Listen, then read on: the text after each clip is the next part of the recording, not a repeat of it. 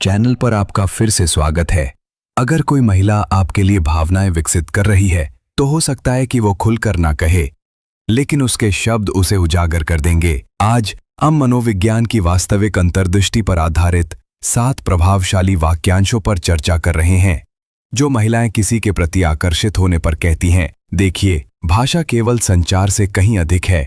ये जुड़ाव है, और जब एक महिला भावनाओं को महसूस करने लगती है तो उसकी वाणी सूक्ष्म लेकिन सार्थक तरीकों से बदल जाती है। व्यवहार मनोविज्ञान दर्शाता है कि लोग अनजाने में विशिष्ट भाषा पैटर्न के माध्यम से भावनात्मक जुड़ाव प्रकट करते हैं, अक्सर इससे पहले कि उन्हें खुद उन भावनाओं का एहसास भी हो।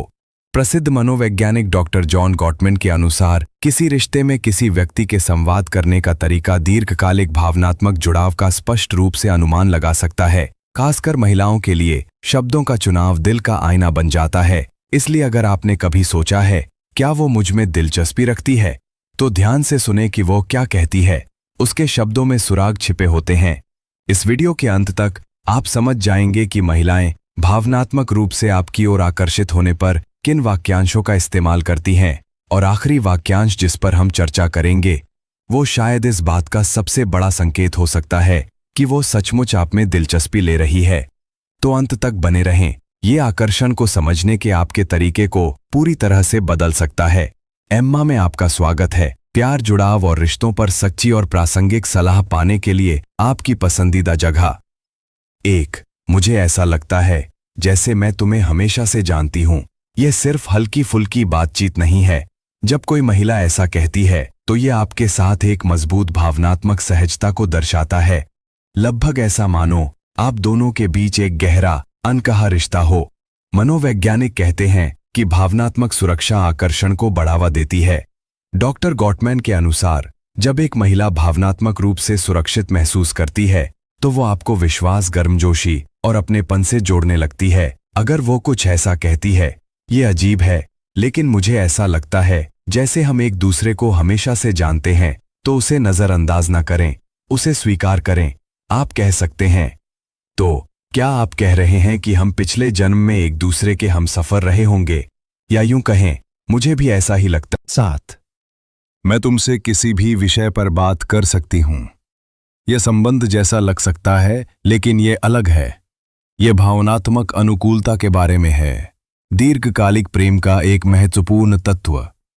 वो सिर्फ भावनात्मक रूप से आपकी ओर आकर्षित नहीं होती, वो आपके मन और दिल पर इतना भरोसा करती है कि वह खुलकर अपनी बात साझा कर सके।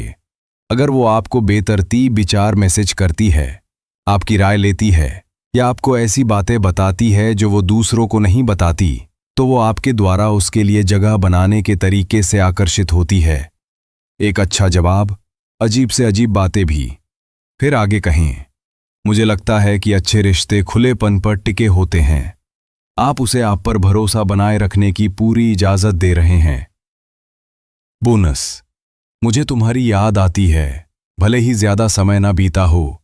अगर वो कुछ घंटों या एक दिन बाद कहती है कि उसे तुम्हारी याद आ रही है, तो ध्यान दीजिए, किसी को याद करने का मतलब है कि आप भावनात्मक रूप से महत्वपूर्ण हो गए हैं।